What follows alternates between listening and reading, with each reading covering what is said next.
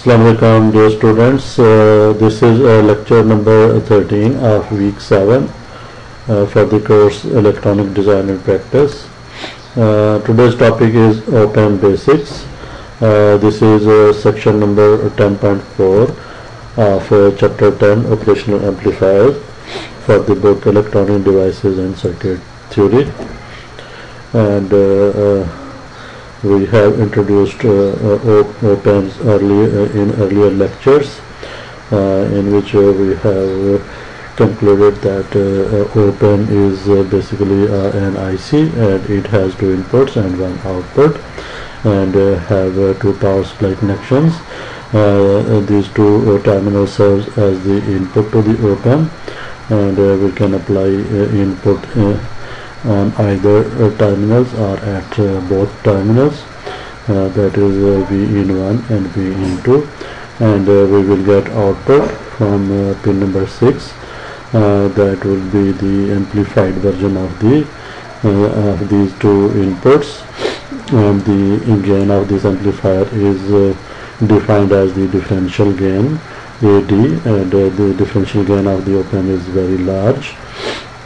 And another gain we defined as the common mode gain for the common mode inputs, and the common mode gain is AC, and the value of AC is very small, and the ratio of differential gain to the common mode gain is called the common mode rejection ratio, and typically the common mode rejection ratio of the op-amps is a very large quantity, and that specifies that the amplifier would amplify the differential signals pretty high as compared to the common mode signals.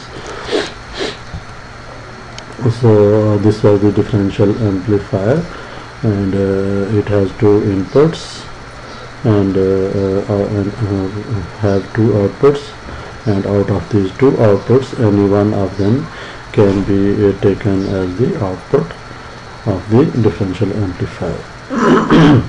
Next is we are still in the introductory phase, and we are learning the op-amp terminologies and basics in introductory lectures.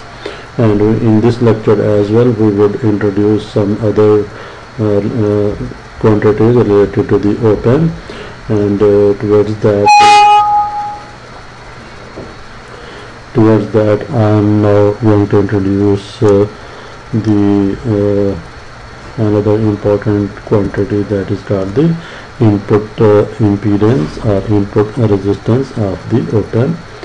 And the input resistance of the op-amp is defined as V-in1, our I-in, where I-in is the current flowing into the input terminal of the op-amp, and similarly Ri is defined at the other terminal, that is V-in2 divided by I, where II is the input current flowing into the input terminal of the op-amp.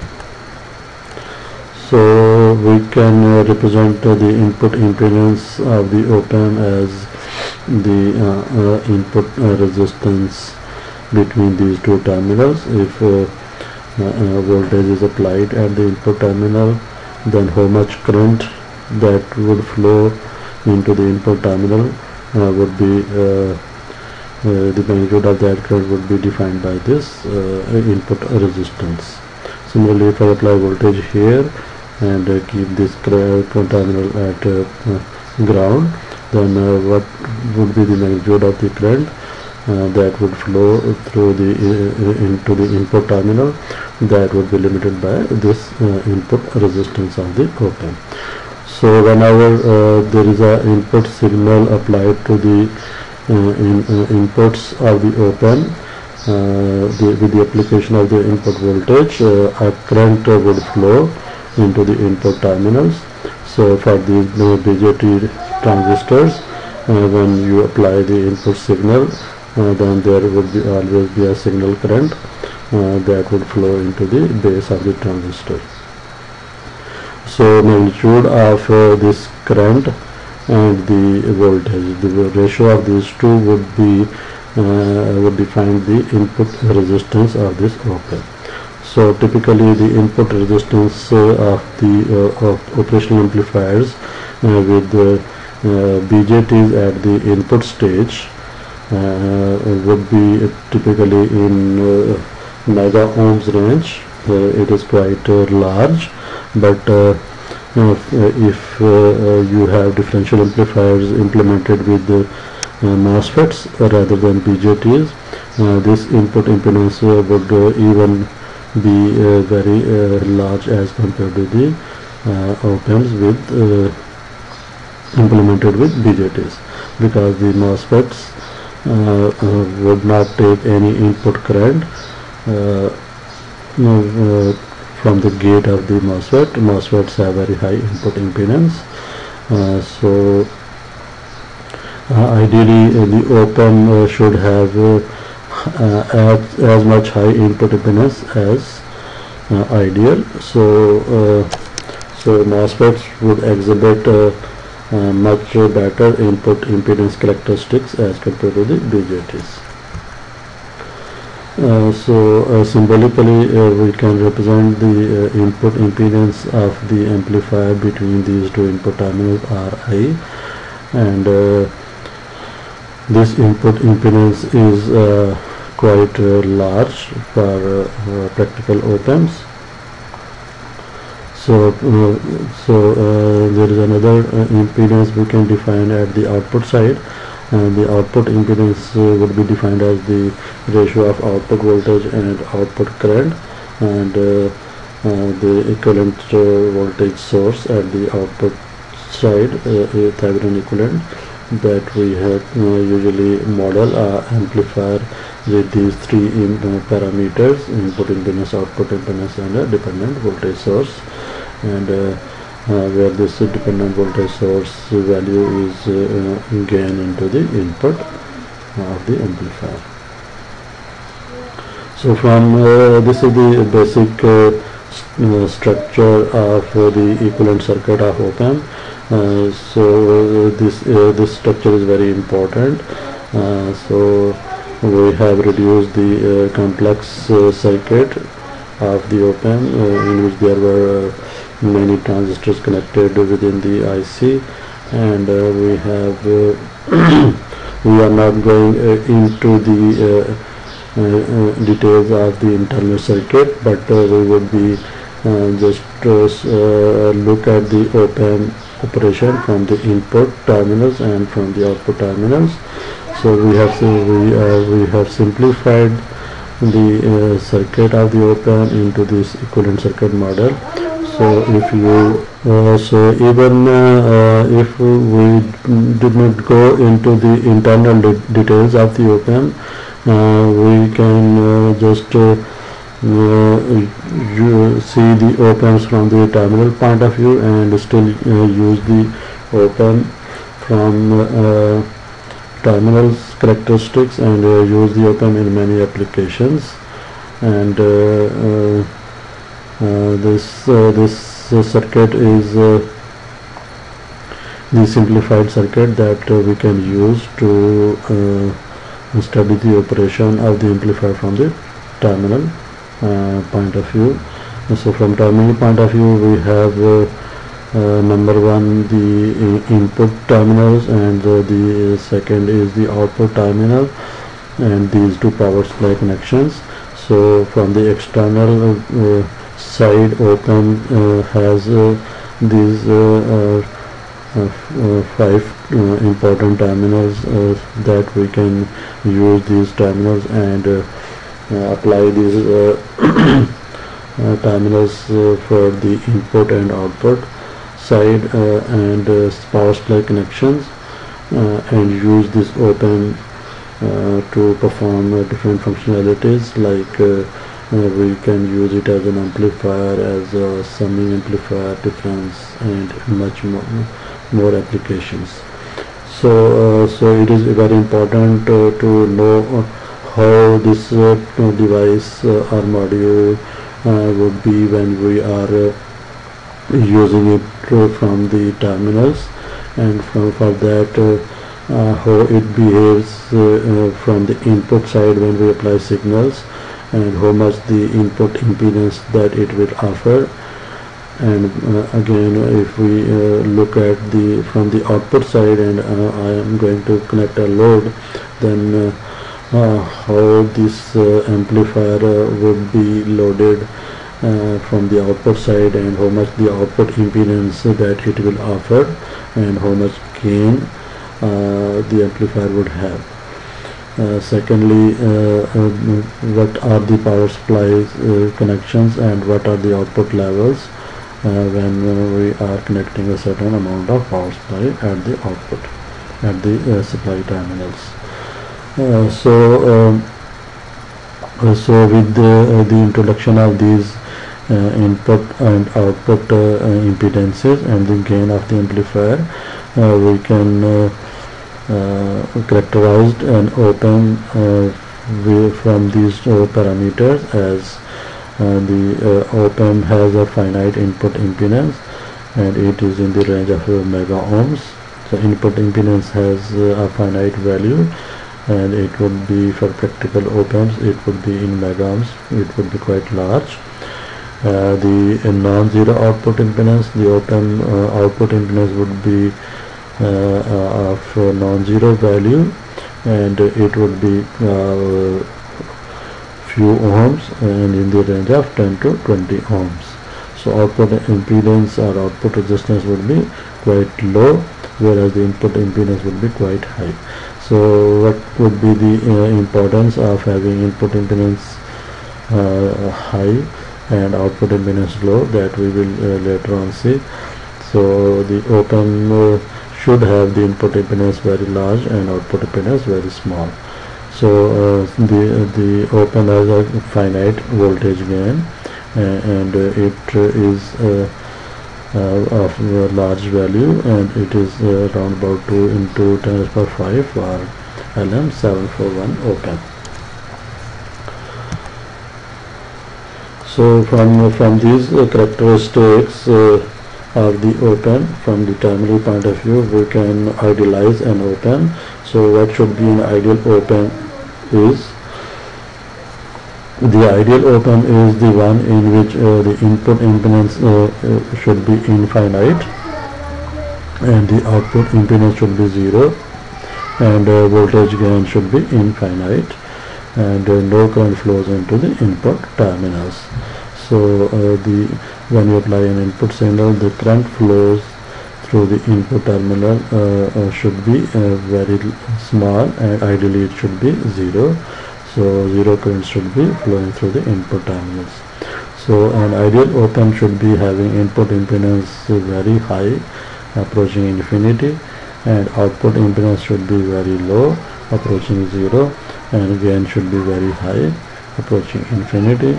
And as a result, when you apply the input signal, then no current would flow, because input impedance is infinite, being input terminals appears as an op-amp, and if there is no resistance at the input, then current would remain zero. So few op-amps which are made with MOSFETs, so they exhibit very high input impedance, so they did not take any input current for a voltage at the input. So this is the structure, this is the simplified block diagram or equivalent circuit of the op-amp, in which input impedance is shown here, and input signal is applied at the input side, and a load is connected at the output side, and output is taken from the op-amp. And for this equivalent circuit, the ideal model would be this one, in which there would be no input impedance. The input impedance is infinite, and output impedance is zero, and gain approaches infinite. So ideally infinite internal resistance, zero output resistance, and gain is very large, approaching infinity, and I in is 0. No current flows into the input terminals. Input current is 0. So practical op-amp has certain finite input current, and for ideal op-amp the input current is 0. Next is how much an op-amp amplifies. So what would be the what is the gain of the amplifier, and what I will get at the output if I apply an input signal and having a gain being very high. So assume that the gain of the amplifier is this much, 200,000, and I want to find out the output for this op-amp, and I apply a signal at the input, for example of value V in equal to, for example, 1 millivolts. So for example, this input has a magnitude of 1 millivolts peak value. Then with the gain of 200,000, what I will get at the output.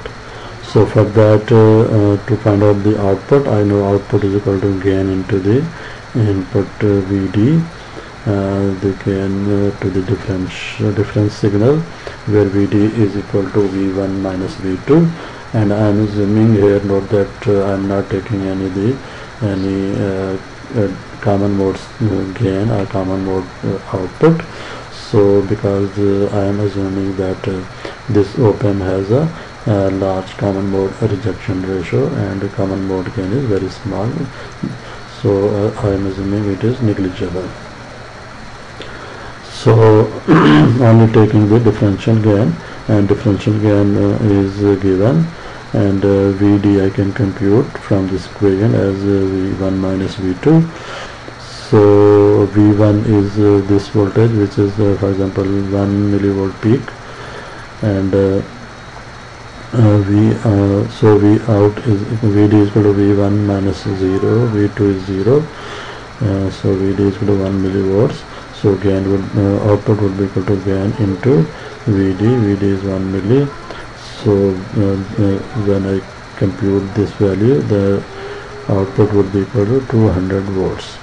So if I apply 1 millivolt here and amplifier has a gain of 200,000, I will get an output equal to 200 volts. So can output be 200 volts? So this is the question. So you can see that the op-amp is biased with these power supplies. So for an op-amp or any amplifier, the output voltage level cannot go beyond these power supply levels. So for any amplifier, whether it is an op-amp or any ordinary transistor amplifier, the output would always be limited by these power supply levels, which are used to bias the amplifier or bias the transistor. So students, जो op-amp की जो output है वो कभी भी supply जो voltage supply voltages हैं इनसे कभी भी ऊपर नहीं जा सकती.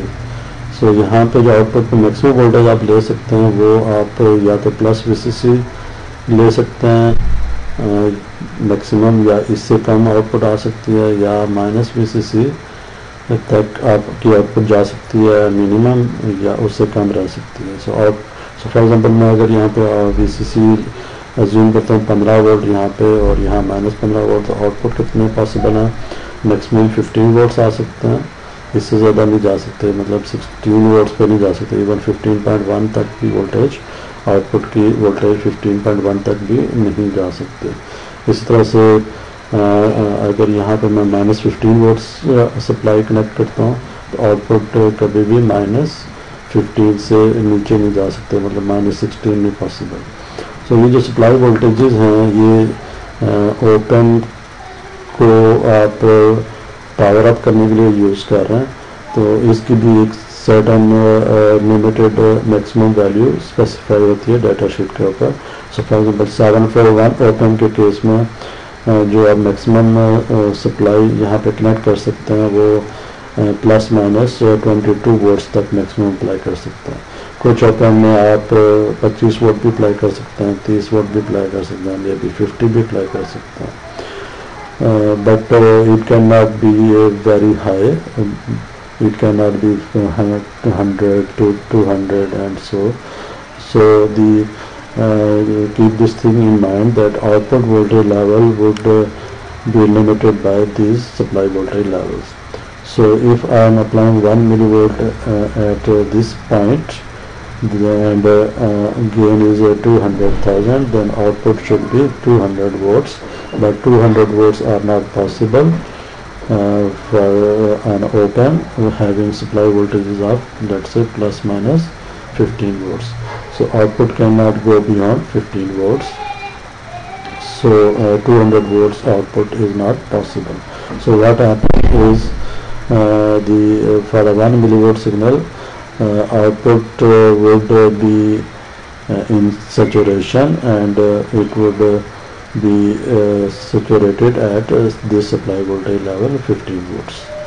So if I apply let's say minus 1 millivolt here, then VD would be equal to minus 1 millivolt, minus V2 is 0, so VD would be equal to minus 1 millivolt, so output equal to 200,000 into minus 1 milli, and result would be minus 200. So if for our minus 1 millivolt here, output would be only at minus 15 volts, and output would be saturated at this value. So how much the output level could be? So the maximum output voltage that we can achieve is plus minus 15 volts. So due to the large gain, output is always saturated even for a small input signal. So you can see that for a very small input signal of 1 millivolt, you will be getting an output of 15 millivolts. So even if you reduce the input level to half millivolt, so for half millivolt, what would be the output? It would be 100 volts. Still 100 volts is not possible at the output, and you will be getting only plus 15 volts. So half millivolts, 1 millivolt would, for 1 millivolt output would be at 15 volts. For half millivolt it would be again at 15 volts. And even you further reduce the input to a quarter, let's say 0.25 millivolts, 0.25 millivolts, the output would be equal to 50 volts. Again output cannot be at 50 volts, output would be saturated, and you will get 15 volts. So for any input of even in millivolts, you are getting the output at saturation. So due to the large gain, output is always saturated even for a small input signal. So from here you can, there could be a question that how much we can apply at the input signal, that is how much the input signal level should be so that the output voltage remains below plus minus 15 volts. So यहाँ पे मैं कितना input signal apply करूँ कि मेरी output 15 volts या इससे कम रहे, तो उसके लिए हम देखते हैं कि अभी उससे पहले अगर आप देखें कि मैंने एक सिग्नल दिया था 1 मिलीवोल्ट का, और जो मुझे आउटपुट मिलेंगे वो इनपुट जो ही थोड़ी सी भी बढ़ेगी, लेट्स से आपने देखा था 0.25 मिलीवोल्ट्स भी हो जाएगी, तो भी आउटपुट saturation में 15 volts रहेगी. So for input value of from 0 to 1 millivolts, in this range, output would always be in saturation. Similarly, when input goes in negative region, so again output would be in negative saturation, and when input goes positive, output goes into positive saturation. So if you are apply a very small input sine wave, then output you are getting is a square wave. So amplifier this open with the very large gain, very small input sine wave. For a very small input sine wave, you are getting a square wave. So this open is not this open is amplifying with a very large gain, and so that output always remains in saturation, and for sine wave we are getting square wave. So what this op-amp is doing, it is amplifying very enormously high, so that we are not getting the sine wave at the output for a sine wave at the input. So output is distorted. So what this op-amp is doing is, this is not giving me the sine wave at the output for a sine wave at the output. So for the amplifier it is essential that sine wave, the shape of the signal shape of the input signal should retain, and for a sine wave input I must get a sine wave at the output. But this signal, this op-amp is not producing the sine wave, rather it is producing square wave, and that means this input signal appears at the output very distorted. So for an amplifier the signal should not be distorted, and I must get a clean sine wave, amplified sine wave at the output. So the question is, for an op-amp with a sine wave at the input, can I get a sine wave at the output? So for that I would like that this op-amp should not go into saturation. So for that I have to limit my input signal to a very small value, because the gain is very large, so that the output doesn't go into the saturation level, that is output remains below plus minus 15 volts. So how much the input signal level should be so that the output voltage remains below plus minus 15 volts, and I get the sine wave at the output. So for that I can compute the input voltage level from this equation. Vout is equal to AD into VD, and from which I can find out VD, if that would be equal to Vout over AD, where Vout should be less than or equal to plus minus 15 volts, and AD is the differential gain, which is 200,000. So from this equation I can compute the value of VD is equal to plus minus 75 microvolt. So if VD is less than or equal to 75 microvolts, then with this gain output would be less than or equal to plus minus 15 volts. So the input to an op-amp must be kept below this level to get undistorted output. Next, so it means we can only use op-amp as an amplifier if input signal is very small, that is less than or equal to 75 microvolts. So if the magnitude of the input goes above 75 microvolt, the output will go into saturation and will be clipped and get distorted. So the situation will get even worse. For example, if the gain of the op-amp is even higher than 200,000.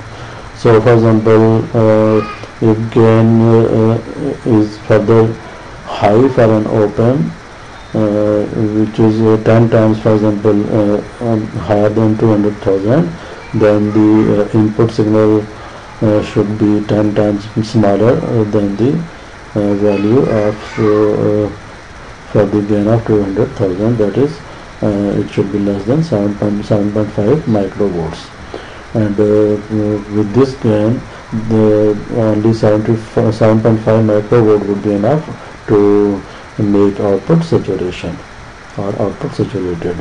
And for an ideal op-amp with infinite gain, so if gain becomes infinite, then any value divided by infinity would result in 0. That is, the signal magnitude would even be close to 0, approaching 0. So for a very small input that is close to 0 would bring the op amp into saturation, which implies that with approximately 0 input the output would be in saturation level. So this is the problem we have seen in the op amp, that we are idealizing the op amp, that op amp gain should be very high and approaching infinity, but the problem is the input signal should need to be kept very small, so that output magnitude remains undistorted, or op amp should not go into saturation, and we can use the op amp as an amplifier. So op amp as an amplifier, how can we use the op amp as an amplifier? That with a gain of very large value, and we have to keep the input signal very small. What that means is we can only apply signals of microvolts at the input to get an output which would be undistorted. So this shows that op amp cannot be used as an amplifier with this large gain, because the input signal we have to keep it in microvolts range, which is a very difficult task, that keeping the input signal in microvolts is very sensitive, signal becomes very sensitive to noise, and it limits us for the range of the input that we want to amplify. That means we cannot amplify signals having magnitudes of millivolts or in the volts range.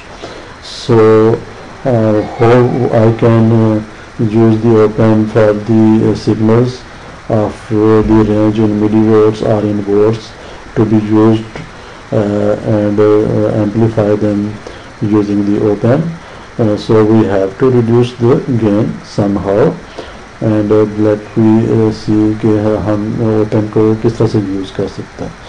सो पहली बात ये है कि हम चाह रहे थे कि op amp का जो गेन है वो बहुत हाई होना चाहिए. Ideally it should be infinity, but this high gain becomes problematic for us, that we cannot use the op amp with this very large gain. So somehow we have to reduce the gain. So on one side we were trying to improve the gain of the amplifier, and now we are saying that we have to reduce the gain of the op amp. So these two things are getting contradictory, but as we will move on, we will see that the idealized situation will help us in the stability of the op amp, or the characteristics of the op amp would be pretty much we will get a very better performance from the op amp with the idealized high gain. But somehow we have to use the op amp, so we have to reduce the gain of the amplifier. How we will reduce the gain of the amplifier? The gain is reduced by applying the feedback to the amplifier. So the gain is reduced by applying feedback to the amplifier, more specifically negative feedback. So feedback का मैं आपको concept दूंगा कि feedback क्या होती है और उसमें negative feedback क्या होती है, positive feedback क्या होती है, इसके क्या impacts होते हैं. So you will see the negative feedback reduces the gain of the op amp. So in order to use an op amp as an amplifier, negative feedback must be applied, otherwise you cannot use the op amp without negative feedback. You cannot use the op amp as an amplifier. So feedback is for feedback in op amps is in order to reduce the gain, op amp is used in closed loop configuration. That you can see in this figure. For that, a signal is fed back from the output to the input. So this is the amplifier. It has this input Vd and output V0, but as this amplifier simply in the open loop, it cannot be used as an amplifier, so we have to use it in feedback. So for the feedback, we fed that an output signal. We take an output signal and feed it back to the input side, and this amplifier now becomes a closed loop amplifier in which a feedback is now applied, and this amplifier is in feedback. So the gain of the op-amp with feedback is called the closed loop gain. So this amplifier now has a new gain, and that gain is called the closed loop gain of the amplifier. So the differential gain AD is called the open loop gain. This AD is called the open loop gain, and when this amplifier is connected with feedback, and you compute new gain V out over V in, that new gain would be now the closed loop gain of the amplifier. So we have feedback systems. There are two types of feedbacks. One is called the positive feedback and the other one is called the negative feedback. These two figures classify the positive and negative feedbacks. Positive feedback is the one in which the output signal is feedback and added with the input signal. So this output signal would be added with the input signal, and that the addition of these two is applied at the input of the op-amp as a differential input. So this configuration is called the positive feedback configuration. The other one is the negative feedback. In negative feedback, you take the output signal to the input side and subtract it from the input, and the subtraction of the difference of these two inputs is applied at the input of the op-amp, and this configuration is called the negative feedback configuration. So this is a negative feedback in amplifier, and this negative feedback would reduce the gain of the amplifier.